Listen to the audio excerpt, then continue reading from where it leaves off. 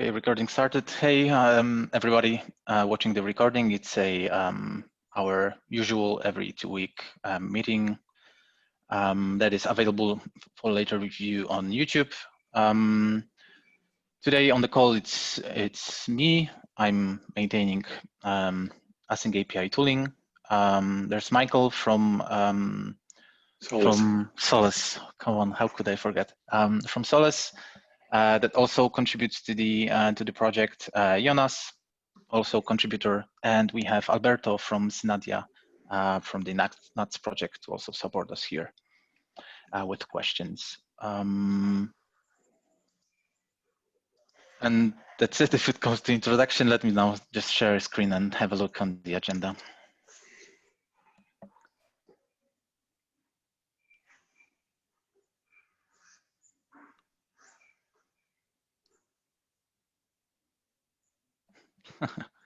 Okay, no sharing today because I upgraded the iOS, the OS, and now I would have to restart the Zoom meeting.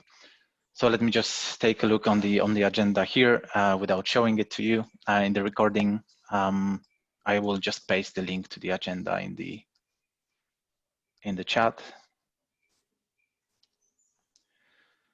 So there are one topic will be moved to another meeting because it's a topic brought by Fran that is on holidays this week.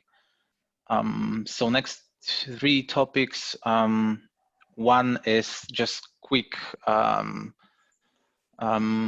look on the status of the generator and the parser release. So we are from the feature perspective, we're ready. Everything is implemented in the parser and in the generator. We are with parser on release candidate number 2 and generator release candidate X, but for sure less than 10. And it will not be more than 10. And now we're gonna just leave it for the community to try out for 2-3 weeks, just to make sure there are no bugs, nothing that we have to quickly fix that will break the API. But other than that, there should be no delays. And that's it if it comes to releases. So we're pretty good if it comes to first major releases for those 2 packages. Now another topic is something I wanted to brought up, something that didn't let me sleep. Something that I noticed when I started working on all those features for parser for the major release.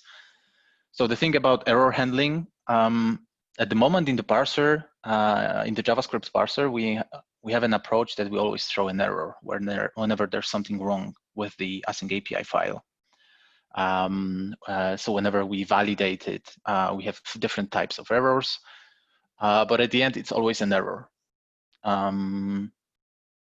And the only way you can, and it's done in the way at the moment, this way, because the assumption is that the user of the parser will later on decide which errors they want to silent, looking on the type of the error.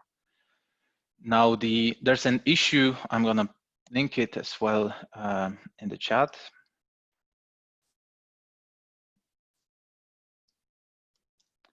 So there's an issue to first of all, not before version 1.0, but for another version to improve the error handling. So first of all, introduce custom error types, custom errors, and not just one error with a lot of different types. So that's one thing, to make it easier to silent, for example, some errors. But I also I was all the time thinking, when I was adding all those new errors, I was thinking about why not have a kind of warnings as well. Do a validation that is useful for the user, but it's not required by the spec, but it's still useful. But it's up to the user to decide if he wants to have this additional validation or not. So there would just be some option, like for example, Fran mentioned to me once that there could be, for example, a option like silent. So you could silent the additional validations. And I'm asking about this because there was, I introduced 2 validations. So I'm checking whenever you have a variable in the server, I'm checking if you really have a variable object defined for this variable in the server URL. If you don't, then I throw an error that you have a variable that is basically useless for code generation. And the same with the parameters in the channel. So if you have a parameter in the channel name and you don't have a parameter object, I also now throw an error in the parser that you are missing a parameter object. And the problem is that with those 2 validations, they make sense for code generators that you should get an error because they will, the code generation will suck without those objects. But it's not something that is required strictly by the specification. So long term, that should not be an error, something like a warning or something. And yeah, there's a long intro, and I would love to hear some opinions from your side.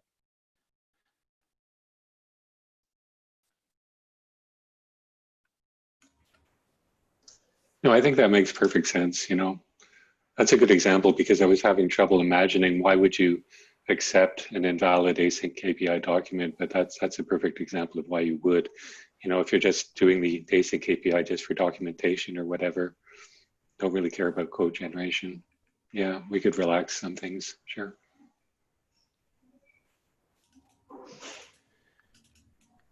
Jonas? Yeah. I can repeat if you want. No, it's all right. Yeah, I agree. I mean, the hardest part will probably be to define what is an error and what is supposed to be the warning, where you draw the line, basically. So I think that the simplest approach here will be that whatever is not strictly described in the spec, then it's a warning. Everything else would be an error at the end. And then you would have a different custom errors and types, error types that at the end you could always silent, let's say, whenever you're using them. Yeah. Yeah.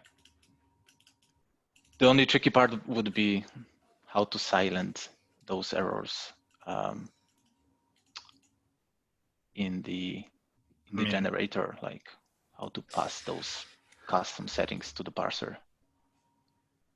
I mean, I would, in regards to the valid parameter not defined, I would actually say that's an error, not a warning. Because if you're in the template, so when I resolve a channel name that has parameters in it, I look for the parameter type as well, and I'm not sure I handle missing parameters. So, for example, from my perspective, I would actually say that if you define a parameter in the channel name, but you don't define it in the parameters, it should throw an error and not a warning. Yeah, but if you're not doing code generation, then do you care? I mean, you're talking about templates, therefore you're talking about code generation. But if you just write the document purely for documentation purposes, do you care? I mean, I would still expect it to be an error from I mean, either you forgot that there's still a parameter in the channel, or you simply forgot to add the parameter type. And either one of those use case or either one of those scenarios, I would still expect it to give me, I mean, I would still expect it to be an error. But of course, again, it depends on where you want to draw the line, so to speak. Yeah, I don't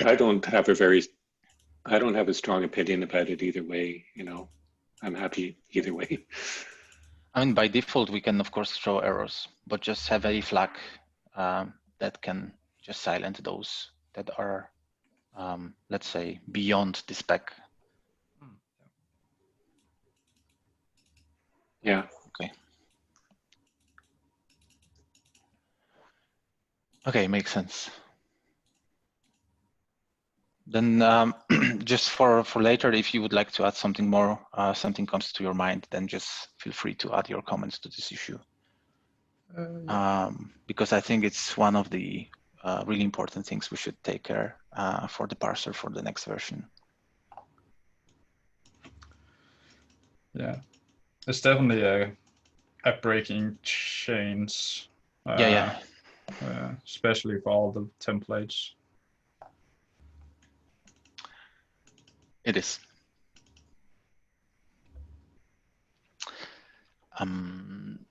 Okay, so the next topic. Let me share again a link.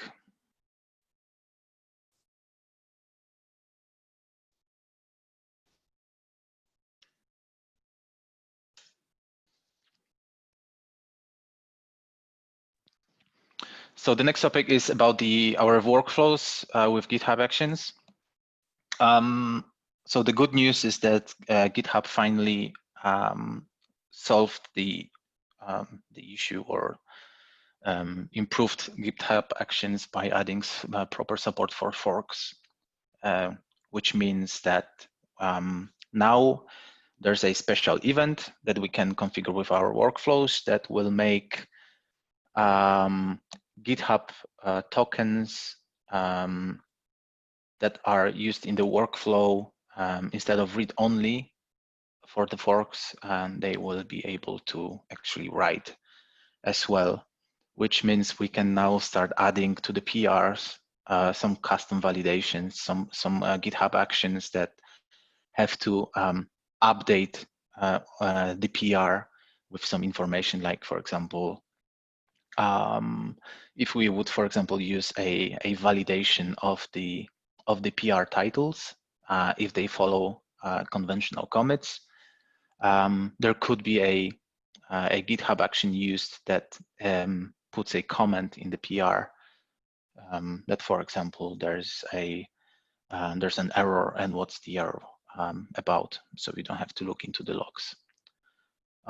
So I think it's super great and missing feature.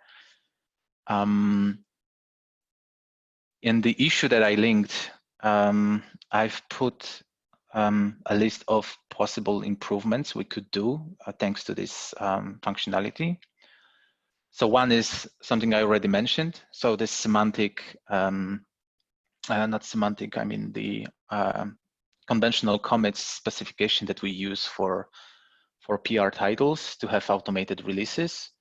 I mean, you have to remember about them and always put them there with a proper format. If there's a contributor from outside and it's her first time, it's on maintainer now to always make sure that the title is okay. So we really have to always be conscious whenever we review to make sure that we change the title, and also during the merge, we make sure that the commit has proper prefix. So to get rid of this responsibility, we can introduce this GitHub action, additional workflow that will validate the PR title. But something more, let's say, for a discussion, and I'd like to hear your opinion on that a lot. It's something that I noticed in the Kubernetes community. Whenever, so it's part of their CI system, which is Prow, and the approach they have there is that nobody manually merges pull requests. So it's all, let's say, automated with Prow. There's a special plugin that does it, and it's doing it basing on a comment to the PR provided by a maintainer. So if a maintainer, I think it makes a comment okay to test, not okay to test, it's ready to merge or something like this. And then if the PR has all the checks green, it can be merged. So there's no risk again. So we make sure that the PR is really good with good prefixes. And then another action could just take this PR title and use it really in the commit message and merge it automatically instead of us, just few maintainers. And the only question would be, do we prefer to do it through comments or labels, that we just add a label like merge or ready to merge? The advantage of this automation is that you don't have to have write access to the repository. This means that actually every contributor could be revoked to read-only. So we don't have a risk that some maintainer left the organization and we have like write access assigned to someone that doesn't work on AsyncAPI anymore. And also we could easily invite people to the organization, give them rights to label PRs. So more people working on AsyncAPI would be able to merge the PRs. So they would not, like 2 or 3 maintainers would not be a bottleneck to actually merge a PR, because they would be able, after some approvals and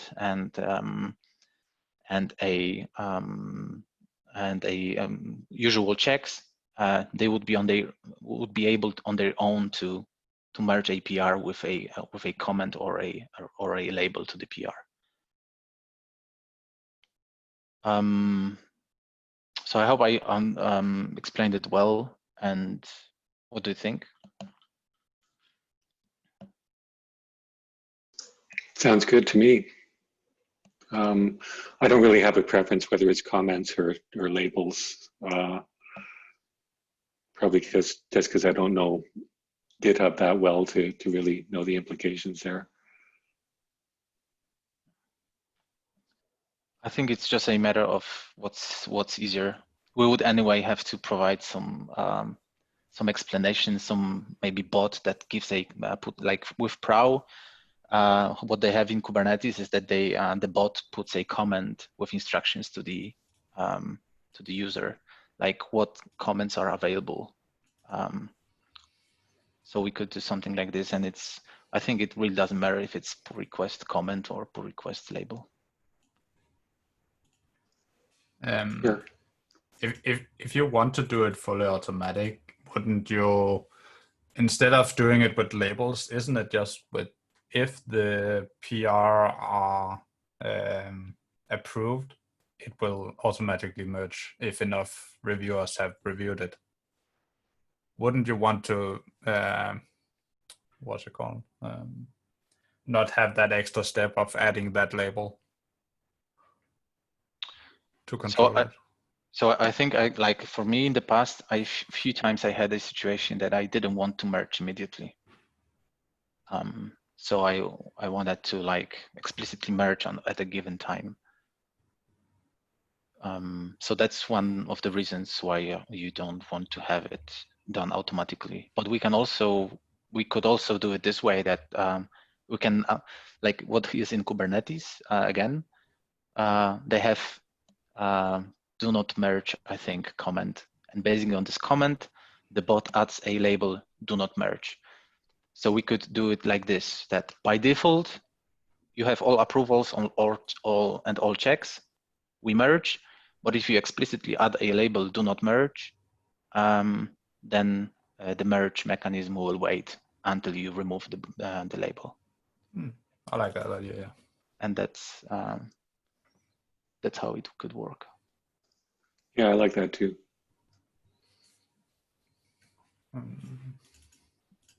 The only, I'm not sure how it works now, but isn't it everybody can review PRs at the moment? I think we have that setting. I think everybody can approve a PR, right? Don't know. I think they can. Even if you're not a member of the organization? Yeah, I think that's how it is now.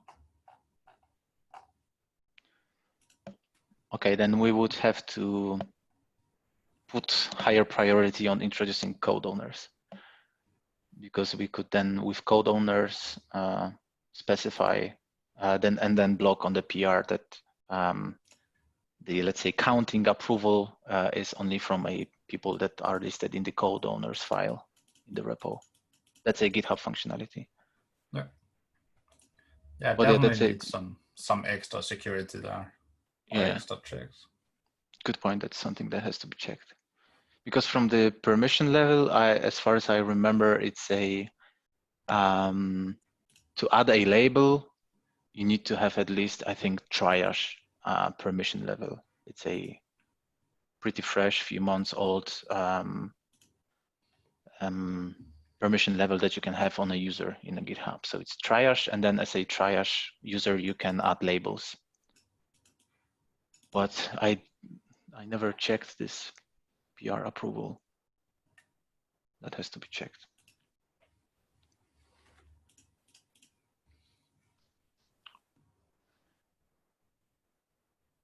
Okay, so then again, the link is in the comments. So later on, whenever something comes into your mind, or you have some different automation that we could do with GitHub Actions in your heads, go to this issue, add it to the list, or just ask me in Slack. I can add it. Because we need another round of improvements in the GitHub Actions. Because releases work pretty well, but we're lacking a good support on the PR level.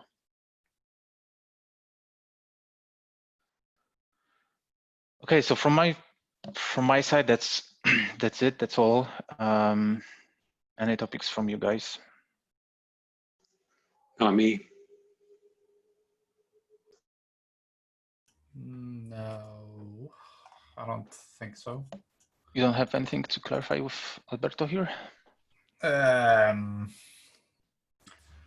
had one, but that was regards to the .NET client for Nets. I'm not sure if you can answer that, Alberto. I actually am not familiar with the .NET, but I can certainly get back to you. I could talk to Colin about it and go from there. Yeah, I did ask in your Slack space and got a reply from, what's his name? RIPNR. Yes. Yeah, and he said that he didn't knew exactly, but he said that generally the client should be thread safe. But I had an issue regarding the how you added the callbacks for deserialization and serialization of messages when each message had to be handled unique from one another, whether that required a new connection per message. It depends on the client, on whether the client does encoding and decoding globally or just per request. if you have clients that are actually doing multiple subscriptions, the threaded clients can be not thread safe, meaning that one subscription could be processed in one thread while another one gets processed in a different one. But that depends on the client. I believe the Java one is able to do something like that. On the ones that I work on JavaScript, obviously we only have a single thread at any one time. So Yeah. we don't run into that type of problem. Yeah, because I think I might run into trouble because it seems like you define a global, you do it on a global level. So if I change it later on, it will affect the first subscription I made. So one question is, so the data is actually interrelated.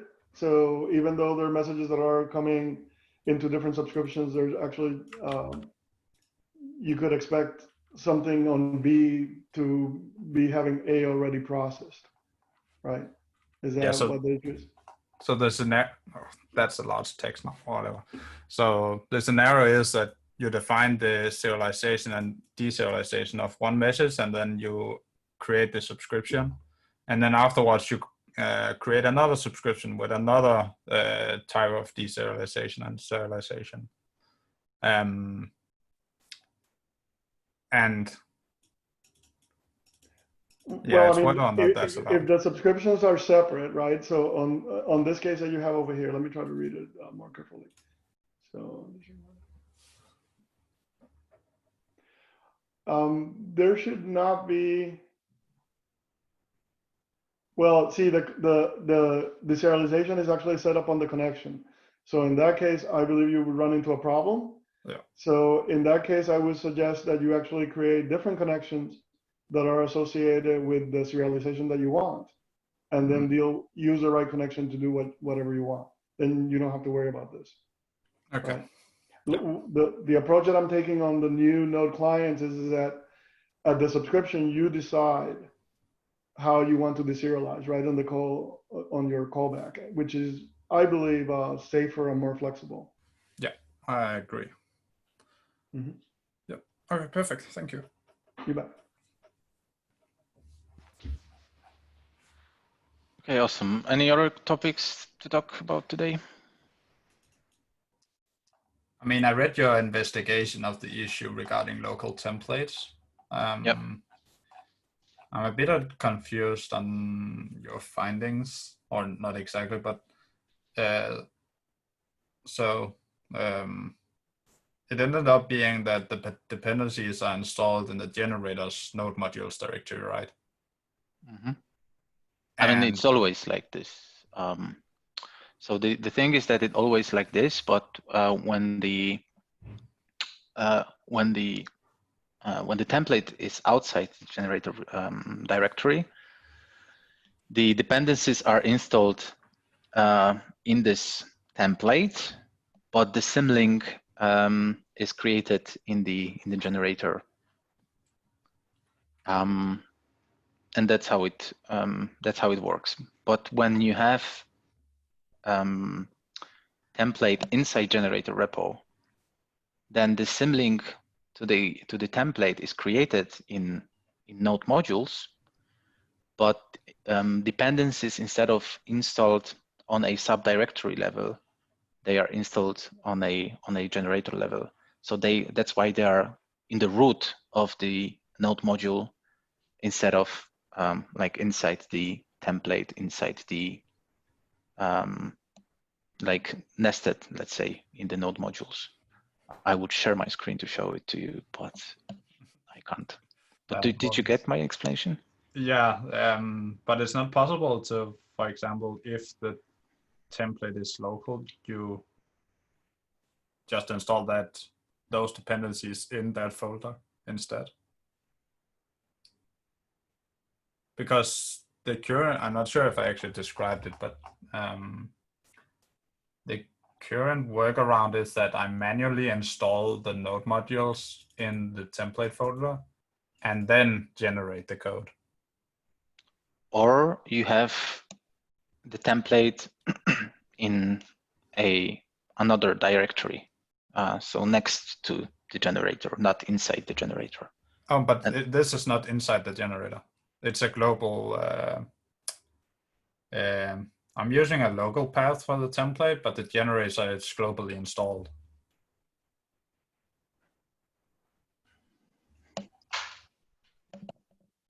Then it should not happen.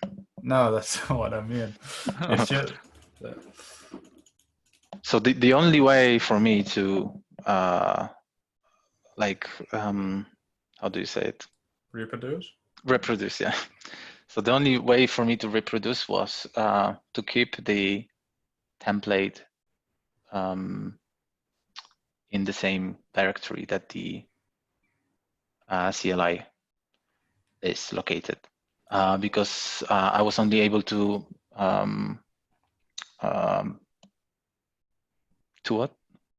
what was the word? Reproduce? Yeah.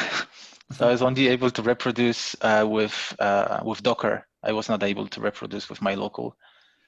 And in Docker, we simply have generator sources, not the CLI installed through the npm, but just sources. But now you puzzled me that with AG it's also the same. Yeah, you can try use a global installed generator, and then have the local template somewhere. Yeah, I tried and it worked well. Yeah. I'm not sure if it's because I have no idea then. Because and I'm not sure. Did you see the other issue about Docker image? Yeah, I quickly scanned it, read it. And so the error message the other user is getting, it's exactly the same.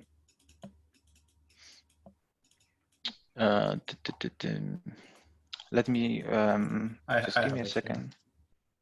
Can you paste it in the chat so the others can reflect what we were talking about? Thanks.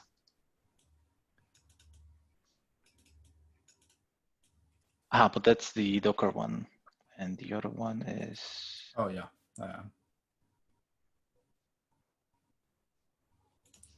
I have it here as well. 391.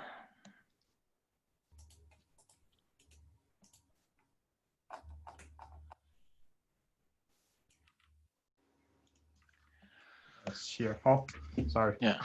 I'm posting it to Alberto only. Yeah. Okay, awesome. Thanks.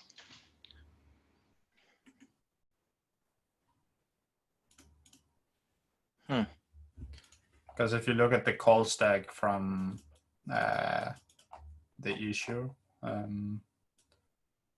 the generator is located under my npm roaming folder.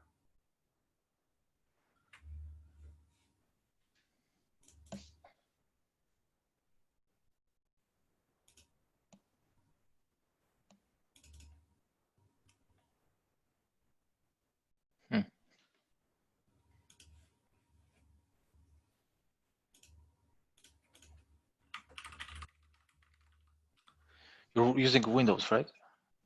Yes.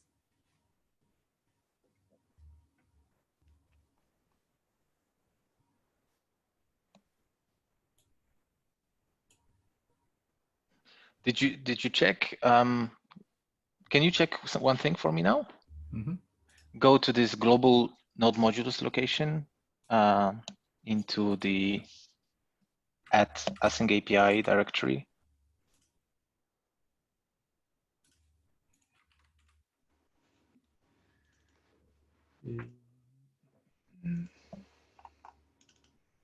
Yeah.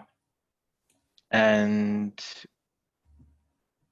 can you share your screen? Maybe.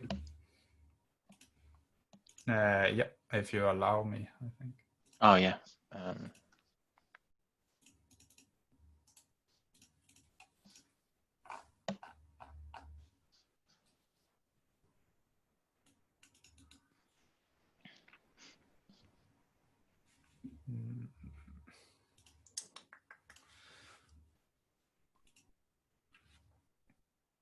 So yeah, at the moment I'm trying to do it with the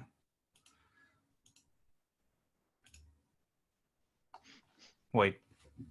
Can I just share the entire screen? Yeah, you can share, I think, the entire screen or a specific application.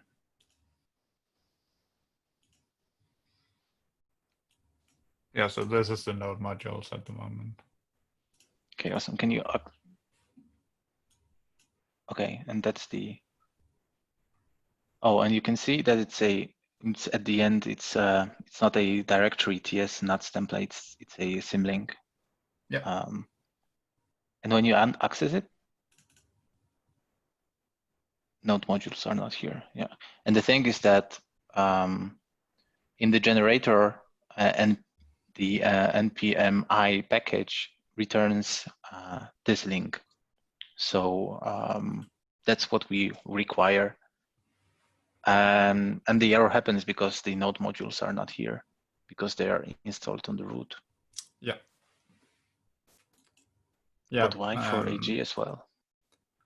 But if I, for example, if I install it manually, for example, if I type in npm install and then go back and try generate, everything works fine. Yeah, because in the symlink, when you will access, then you have node modules. So they're, let's say, require again. Yeah. Will work then. That's why.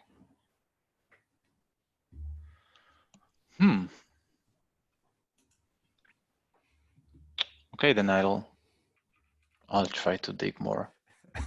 Do some more investigation. But it's really now, it's going on another level. I'm gonna have to grab a beer to do it. Okay, but good that you showed me that. That's super odd. Okay, so I promise I'm gonna look at it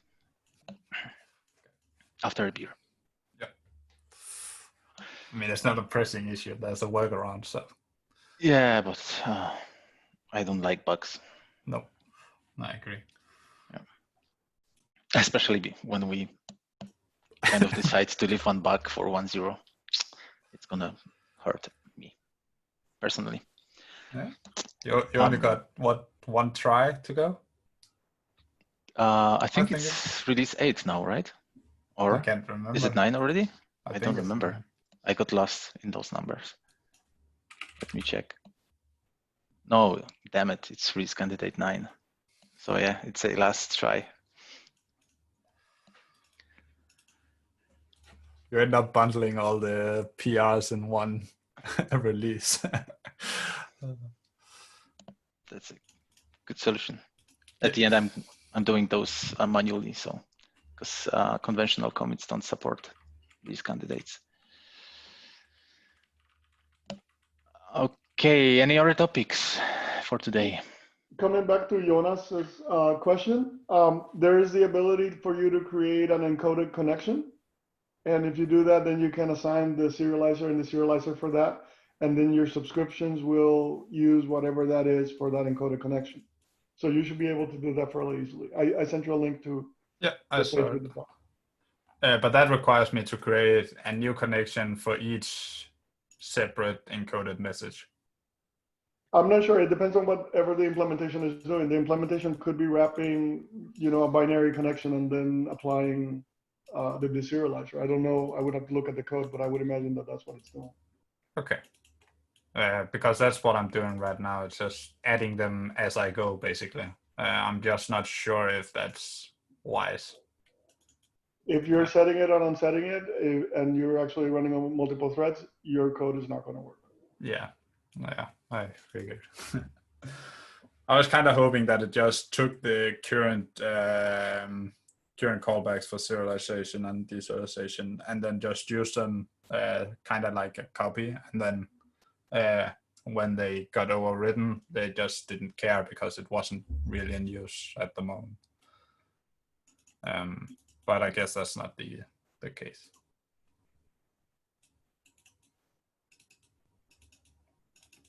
But yeah, I'll just start by creating a new connection for each separate message or channel, basically. I'm not sure I can do it any other way. Not unless they separate it to be, so that you can do it on the subscription. The other way that you could do it is you could receive binary data and then handle the conversion in your callback. Can I do that in the callback? And can I change how it decodes the message in the callback itself? Again, if it's a multi-threaded environment and you're changing a connection property there, it's not, somebody else could actually use the decoder and something bad could happen for you, right? Yeah. So really the proper way would be to say your connection is binary, and then on your callback where you are, you basically invoke, you might be able to even use the serializer that they have over there. If you take a look at whatever the implementation of that is, and then convert the data, the binary data that you may be getting into what you want. Yeah, because the main problem is that when I generate all the different schemas that's the payloads of the channels, I use QuickType to kind of just generate and basically don't really care what is being generated, but I know exactly how I can convert to JSON back and forth, but that requires me to create these custom serializers per message, basically, which makes it kind of tricky. So I might just end up creating a new connection each time and then just leave it at that until there's another option. Are your connections long-lived? Because if they're long-lived, then let's say that you have two different ones, one's for strings and the other one is for JSON. It's not a big deal, right? If you're reusing them. Yeah, but I cannot create a global serialization and deserialization of the objects to JSON.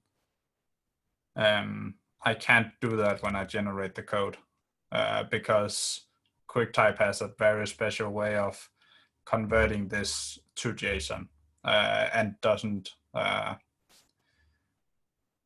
or at least that's what I think I can't do. I can actually show one of them, I think, if that works.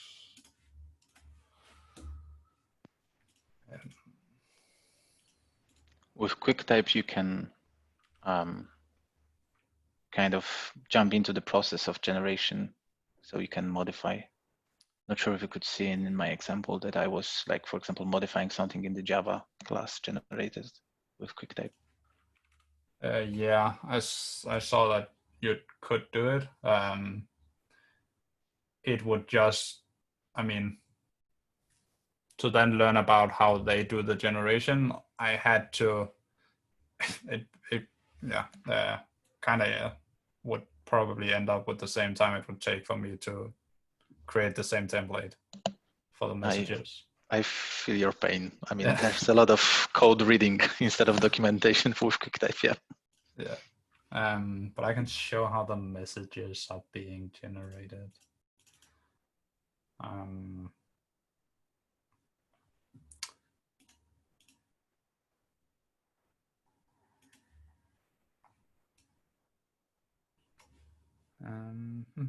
Share screen. This. The reality is that you're actually switching the kind of decoding that you're doing right now, so you should potentially be able to do it right in line, right? Maybe. I'm not quite sure what you mean. Currently I'm doing this. This is what is being generated by the code, by the way. So here I have to manually create these serialization and deserialization methods. And then I add it to the connection. And then I do the request in this case. But the problem is that these messages use NCSoft, and I'm not sure if I can create, or I'm not experienced enough in C# to do this at least. To create this deserialization to that specific object or a specific class in a global callback. I'm not sure how I can do that, especially since I don't have any information in the serialization and deserialization about basically which channel they are from. What are the expected type from it? Right, you would have to actually cascade that all the way down, right? I mean, you would have to know what the channel is expecting as data and then associate it on the deserialization of the message, right? Because you're processing the payload. So wherever you're reading the payload or setting the payload, that's your entry point for the encoding or decoding, right? But you need to know from your metadata that you have on your configuration what you need to do. Yeah, and these two methods doesn't provide any information regarding that metadata, as I can see, at least.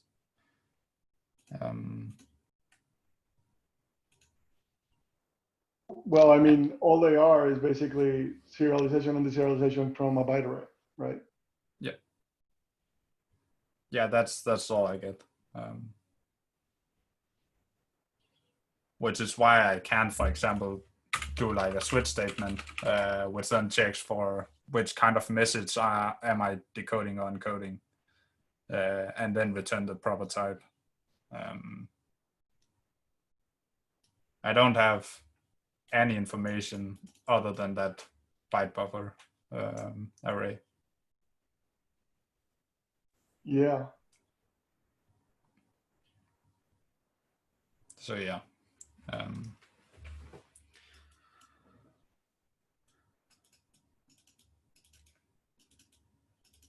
I mean, creating a new client for each message that you do could kind of be. No, that's not right. Yeah. That's not right. You need to figure out how to get information about the different, what is it that you're handling, and then dispatch accordingly. Yeah. Yeah, because all there is just there's no metadata about it. So I don't know if I should create an issue regarding this. I mean, the other thing is, if wherever the subscription is that you're actually getting, you're getting a subject, so you then could map that to whatever your operation is, right? Yes, but if I can do it on this level, but I can, for example, in the client itself, make a global callback that can deserialize and serialize everything for me. No, you basically have an if statement, so you basically have to actually know what you want, right? Yeah. But I don't have access for that information. Not that I can see, at least. Because what you're saying is that I kind of need like an if statement that says if channel this,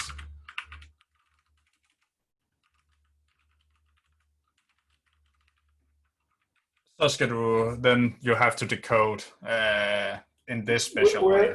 Where are you passing it down for this, right?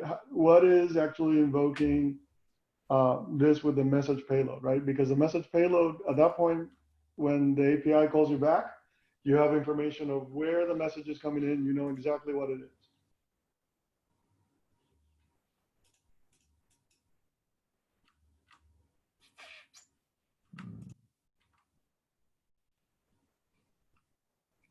Yeah, I'm not seeing how I can achieve it with the current implementation. I'm not sure it follows how you want to do it.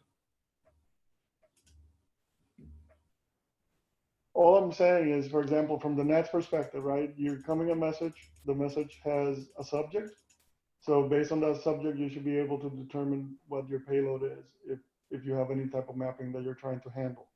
So if you read the payload data as binary, you can convert it to whatever it is and then hand it down or process it right in there. Right. Yes, but then it with seems... a request, you're making the request, you know what the data is. Yeah. Right, assuming.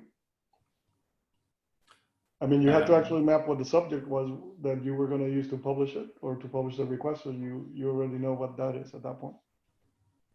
Yeah, I agree. The problem is, I think the client is set up in the way that the only way you can define that is by these global serialization and deserialization methods. And you cannot, in these public and request, define how that should be, how this specific operation should be encoded or decoded. If you go all raw, right, meaning that you expect all data that comes in to be a byte array, then you can decode when you're processing it down yourself, right? Because then you see what I'm saying? The subscription is going to dispatch to you a byte array. So then right there, when you read it, you can then convert to whatever you need. And then before you send it, you convert everything to a byte array and then pass it on. So I mean, I can use these global serialization methods too, for example. Sure, you can just reuse them. Just make sure that your connection is then doing binary, right? And then yeah, you can do it. Yeah. Once I retrieve it here, I can do the follow-up. Correct. Yeah, okay. Yeah, that's true. I could do that. Right. I mean, that's actually what I was trying to say all along. Yeah, okay. Now I get it. Yeah. That's actually, yeah. Why haven't I thought of that? It just seems not intuitive to do it like that when there's these built-in methods, but yeah. Right. I mean, it's always if NATS connections are intended to be long-lived. So another way that you could do it is if you had a connection to deal with JSON, another connection to deal with let's say strings. Yeah. Then on that code, wherever you're handing it down, you could provide the appropriate connection for your publish and to actually handle your subscriptions. But that means that your application must divide communication between two different connections. And that actually has implications in terms of message ordering and other kinds of things as well, right? So yeah, you probably want to do what we're talking about now. All right, nice. All right, perfect. Oh. Awesome. So we have happy ending. Yeah. Any other topics, folks?